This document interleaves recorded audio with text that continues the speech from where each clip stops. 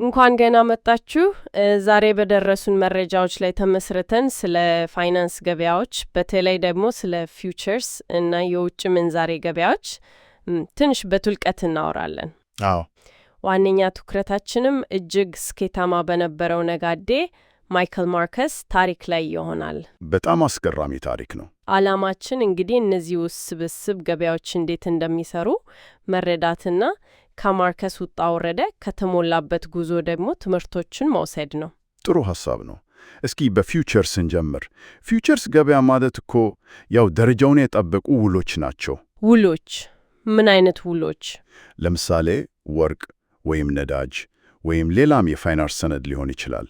ለወደፊት በተወሰነ ቀንና ዋጋ ለመገበያየት የሚደረግ ስምምነት ማለት ነው። አሃ፣ ገባኝ። አሁን ካለው የገንዘብ ልውውጥ ይለያል ማለት ነው። በትክክል።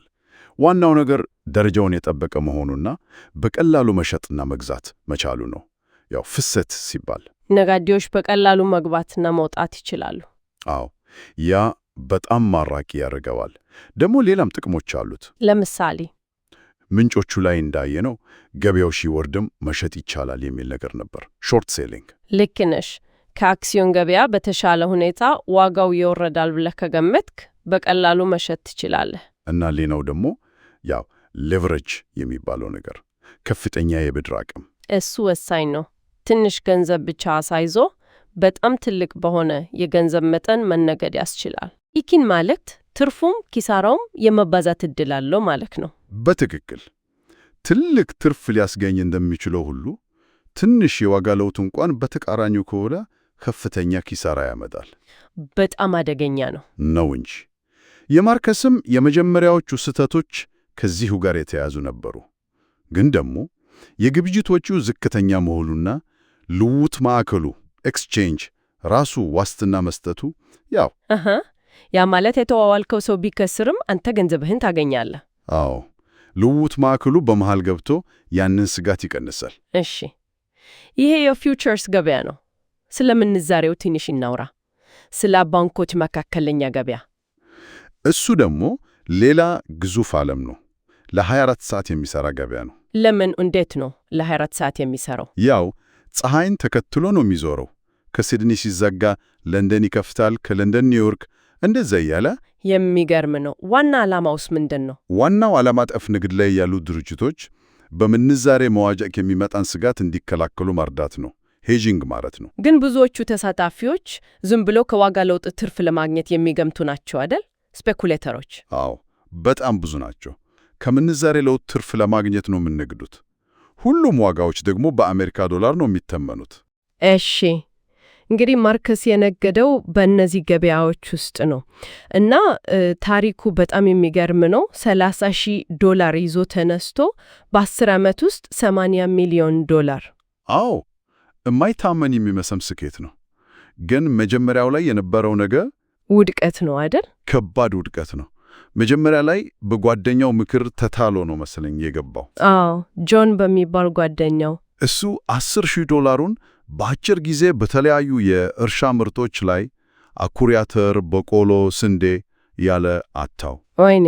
ከዛ ጓደኛውን አሳናብቶ በራሱ ሞክሮ ሌላ $500 አጣ። ተስፋ አስቆራጭ ነው። ግን ከዛ ከኬልትነር ከሚባል ሰው የገበያ ትንተና ተማረ። ከዚያም ለመጀመሪያ ጊዜ በስንዴ ትንሽ አተረፈ። እፎይታ አገኘ ማለት ነው። ትልቁ ለውጥ የመጣው ግን በ1970 ነበር። በቆሎ ላይ በሽታ ተከስቶ ያው ከኬልትነር የተማረው ከራሱ ግምት ከዕድልም ጋር ተጨምሮ $30,000 አገኘ። ዋው! ያ ትልቅ መነሻ ነበረ። ግን የሚገርመው ነገር ምንድን ነው? ያገኘውን $30,000 በሙሉ እንደገና በአንድ ወረርድ ላይ አስቀመጠው። ኧረ!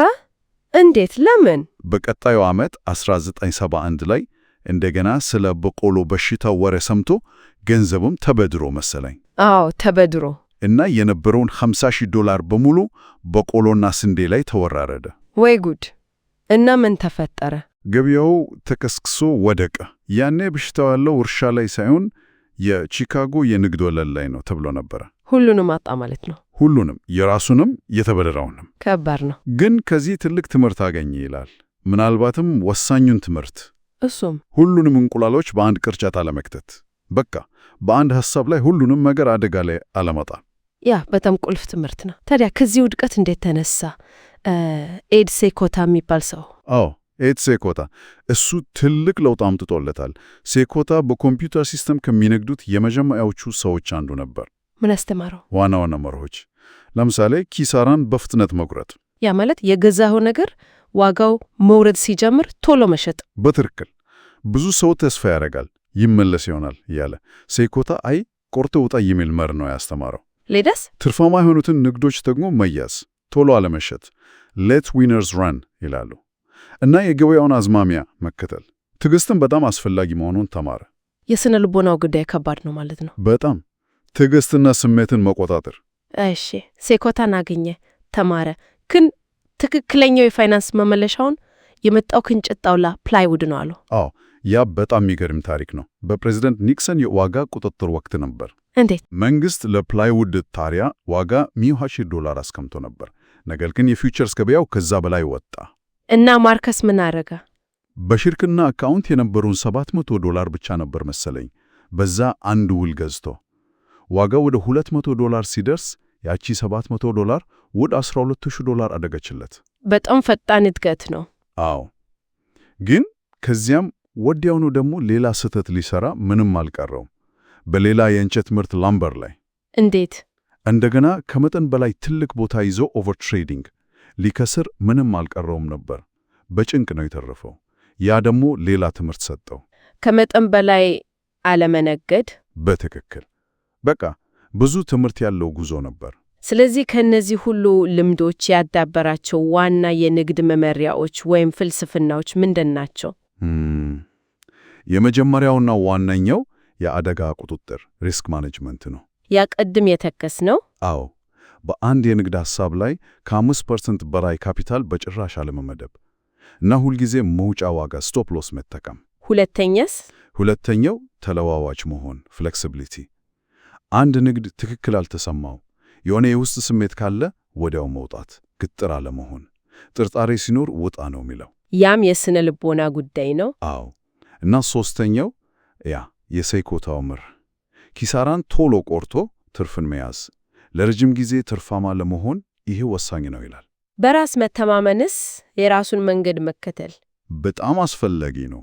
የራሱን ጥናት እና ትንታኔ ሰርቶ የራሱን ውሳኔ መወሰን፣ ሌሎችን በጣም ስኬታማ ነጋዴዎችንም ቢሆን በችፍን አለመከተል። ያ ከባድ ነው እንጂ። ሌላው ደግሞ ምርጫ ሴሌክቲቪቲ ነው። ዝም ብሎ ከመነገድ ይልቅ ትክክለኛውን ጊዜ መጠበቅ። መሰረታዊ የኢኮኖሚ ሁኔታዎች ፈንዳሜንታልስ፣ የዋጋ ትንታኔ ቴክኒካልስ እና የገበያው አጠቃላይ ስሜት ማርኬት ቶን፣ ሁሉም በአንድ አቅጣጫ ሲያመለክቱ የሚፈጠሩትን ምርጥ ዕድሎች በትዕግስት መጠበቅ። አብዛኛው ትርፍ የሚገኘው ከነዚህ ጥቂት ንግዶች ነው ማለት ነው። ልክ እንደዛ ነው የሚለው። ለምሳሌ ስለ ገበያ ስሜት ሲያወራ የአኩሪ አተር ገበያ ላይ ጥሩ ዜና እየወጣ ነገር ግን ዋጋው ከፍ ሊል ካልቻለ ያ የድክመት ምልክት ነው።